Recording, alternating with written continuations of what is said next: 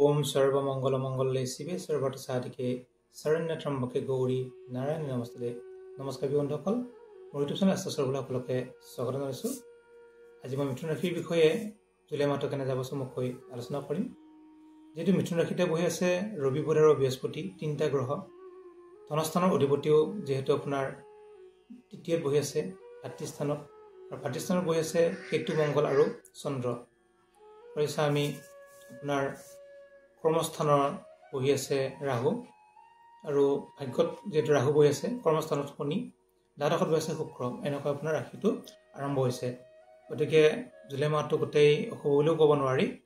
ৰাশিতে যিহেতু বৃহস্পতি বহিছে, বৃহস্পতি হৈছে গুৰু, কিন্তু যিহেতু বৰ্তমান চক্ৰত বা গোচৰৰ ফলত যদি বৃহস্পতি, শুক্ৰ এনেকুৱা যদি বৃহস্পতিও বহে, বহুত ভাল ফল প্ৰদান নকৰে ৰাশিত বহিলে। কিন্তু জন্মচক্ৰত যদি ৰাশিৰ লগত বহে, তেতিয়া জীৱচন্দ্ৰ যুগ এটা ভাল যুগ হয়।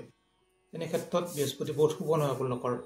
কিন্তু ৰবি আৰু বুধ বহাৰ কাৰণে, ৰবি আৰু বুধ বহি বুধায়িত্ব যুগ এটা হৈছে, ভাল যুগ এটা হৈছে বুধায়িত্ব যুগ। এই যুগৰ কাৰণে আপোনালোকৰ শুভ বুলি ক'ব পাৰি। এই যুগত বহুতখিনি শুভ হয়। এই বুধায়িত্ব যুগত যদি যিসকল জাতক জাতিকাৰ জন্মচক্ৰত বুধায়িত্ব যুগ আছে, বা বৰ্তমান ৰবিৰ দশা বা বুধৰ দশা চলি আছে, তেওঁলোকৰ কিন্তু অতি শুভ। তেওঁলোকে যিকোনো ক্ষেত্ৰত যদি আগবাঢ়িব ইচ্ছা কৰে, কৰ্মতে হওক, পঢ়া শুনাতে হওক, মাটি বাৰী কিনাতে হওক, যান বাহন কিনাতে হওক, সকলোতে আগবাঢ়িব পাৰে। গতিকে বুধায়িত্ব যুগটো বহুত এটা ভাল যুগ, ৰাজযুগ বুলি কোৱা হয়। বুধ আৰু ৰবি একেলগে থকাকে বুধায়িত্ব যুগ বুলি কয়। গতিকে ৰাশিতে বুধায়িত্ব যুগ হোৱাৰ কাৰণে বিভিন্ন ধৰণৰ আপোনালোকৰ শুভ হ'ব বহুতখিনি। গতিকে জন্মচক্ৰৰ লগতো মিলাই চাব। জন্মচক্ৰটো যদি আছে, তেতিয়া কিন্তু বহুতখিনি শুভ ফল লাভ কৰিব, যিহেতু ৰাশিতে বহি আছে। এতিয়া চাওঁ বুধ আৰু ৰবিয়ে কি কৰে। অকণ ৰবিয়ে মূৰৰ বিষ কৰিব পাৰে, সৰু সুৰা। গতিকে মূৰৰ বিষ অলপ অলপ হ'ব পাৰে। 14 জুলাইৰ পৰা কিন্তু ভাল ফল লাভ কৰিব। গতিকে বৃহস্পতি গুৰু ৰাশিত কিন্তু ভাল ফল প্ৰদান নকৰে, কিন্তু বুধেও ভাল ফল প্ৰদান কৰিব। ধনস্থান যদি চোৱা যায়, টকা পইচাৰ ক্ষেত্ৰত যিহেতু অধিপতি চন্দ্ৰ আছে, মংগল কেতু আৰু একেলগে আছে, মংগল কেতু যুক্ত। গতিকে চন্দ্ৰৰ কাৰণে আপোনাৰ মানসিক অকণমান চিন্তা ভাৱনা, দুখ কষ্ট হ'ব পাৰে। গতিকে চন্দ্ৰ যিহেতু বহুদিন নাথাকে এটা ঘৰত, মাত্ৰ 54 ঘণ্টা থাকে।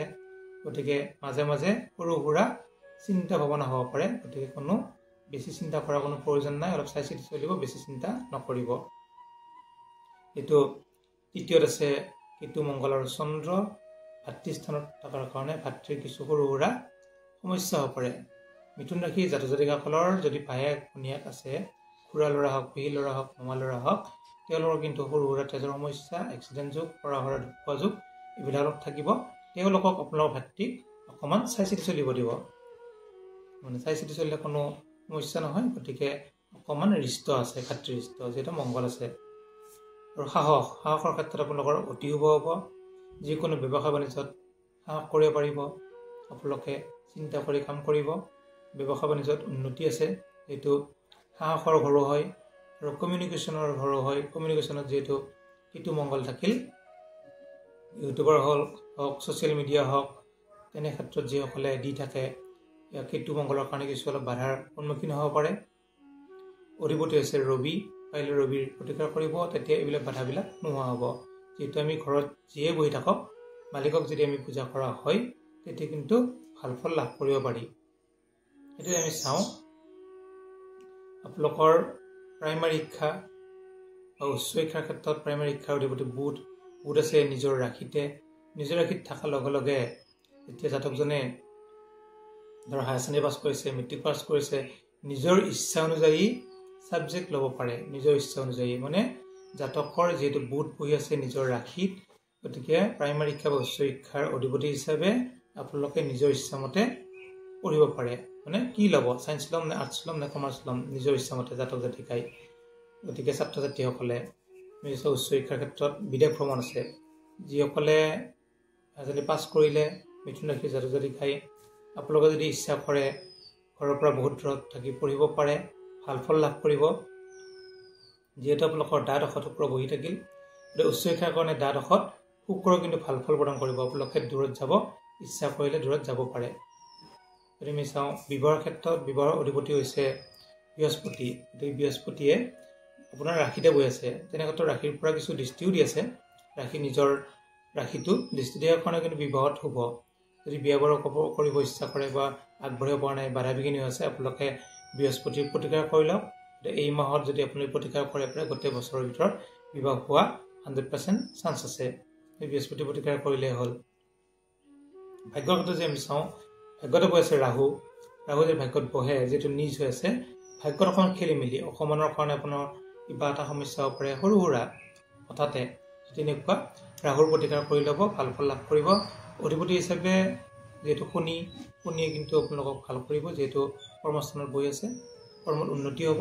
শনিৰ কাৰণে আপোনালোকে যিকোনো কৰ্মত আগবাঢ়িলে উন্নতি লাভ কৰিব।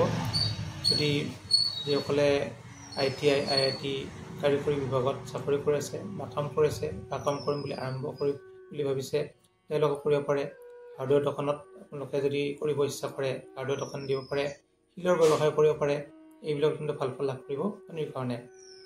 এইটো কৰ্মস্থানত শনি, কৰ্মত শনি হ'লে আপোনাৰ লোহা লোহৰী এনেকুৱা দোকানবিলাকত ভাল ফল লাভ কৰিব পাৰি, ভাল ইনকাম কৰিব পাৰি। গতিকে শনিৰ কাৰণে বহুত ভাল। অধিপতি হিচাপে বৃহস্পতি বহি আছে আপোনাৰ ৰাশিতে। গতিকে অধিপতি বৃহস্পতি ৰাশিত বহি আছে, শনিও কিন্তু হ'ব। যদি আমি চাওঁ দ্বাদশত, যিটো ইনকামৰ অধিপতি মংগল বহি আছে ভাতৃস্থানত। ভাতৃৰ সহায় লাভ কৰিলে আপোনালোকে ভাল ইনকাম কৰিব পাৰিব ভাতৃৰ পৰা। গতিকে ভাতৃৰ পৰা চাব, যাৰ ভায়েক ভনীয়েক আছে তেওঁলোকে কিন্তু আপোনালোকক সহায় সহযোগ কৰিব পাৰিব। এতিয়া দ্বাদশত যদি চাওঁ, শুক্ৰ বহি আছে দ্বাদশত। গতিকে দ্বাদশত শুক্ৰ বহাই শুক্ৰ কিন্তু বহুত ভাল ফল প্ৰদান কৰা নাই। যিহেতু শুক্ৰ হৈছে দ্বাদশপতি দ্বাদশত আৰু হৈছে পঞ্চমপতি দ্বাদশত। গতিকে পঞ্চমপতি হিচাপেও বহুত ভাল ফল প্ৰদান কৰা নাই, কিন্তু ৰাশিতে বহাৰ কাৰণেহে কিছু অলপমান শুভ হৈছে। গতিকে ল'ৰা ছোৱালীৰ ক্ষেত্ৰতো অকণমান সমস্যা হৈ থাকিব পাৰে। এনে ক্ষেত্ৰত যিহেতু অধিপতি শুক্ৰ দ্বাদশত আছে, দ্বাদশত শুক্ৰ থকাৰ কাৰণেও শুক্ৰ অকণমান সমস্যাত ভুগিব পাৰে। শুক্ৰ দুৰ্বল, শুক্ৰ বেয়া নহয়, তুংগ আছে, তুংগ হ'লেও মানে ঠাইটো দুৰ্বল। যিহেতু আপোনাৰ ৰাশিৰ দ্বাদশত আছে। গতিকে প্ৰতিকাৰ হিচাপে আমি চাওঁ, শনি প্ৰতিকাৰ কৰিব পাৰে সৰু সুৰা, তেতিয়াহ'লে আপোনালোকৰ কিছু ভাগ্যত ভাল হ'ব। কৰ্মৰ যিহেতু অধিপতি বৃহস্পতি, বৃহস্পতিৰ ক্ষেত্ৰত কোনো সমস্যা নাই, বৃহস্পতিয়ে ভালে কৰিব যিহেতু ৰাশিত বহি আছে আপোনাৰ।